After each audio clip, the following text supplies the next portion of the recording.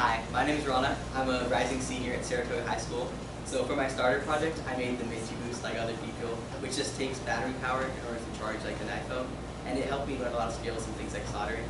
And that helped me with my main project, which is right here, the portable centrifuge.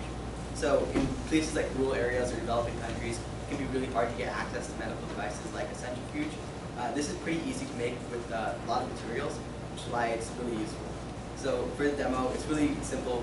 All it does is going to spin around for 5 seconds and slow down and stop. So I hope my computer's far enough away. Yeah, okay.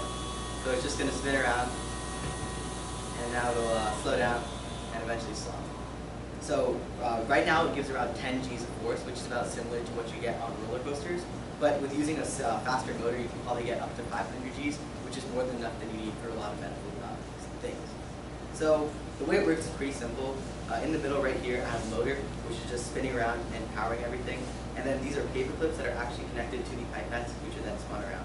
And then I also have the motor connected to a motor controller, which just helps me get more control over the motor, helps me set the speed that it's going at.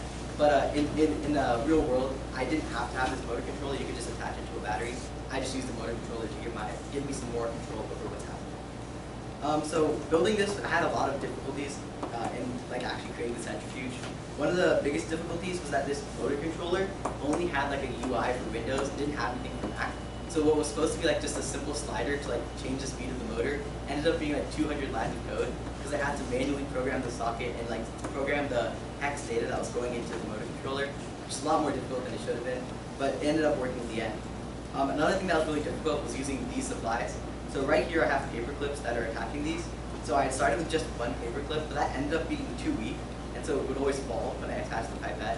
So I ended up braiding together 2 paper clips, which is something I never thought I would ever do.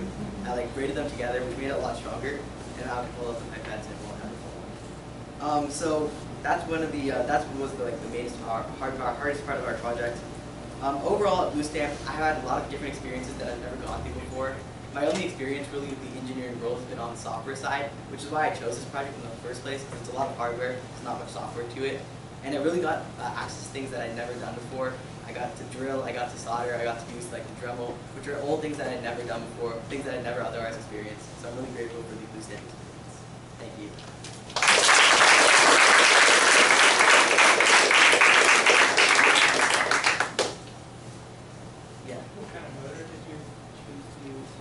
This is actually a motor that BlueStamp recommended for me.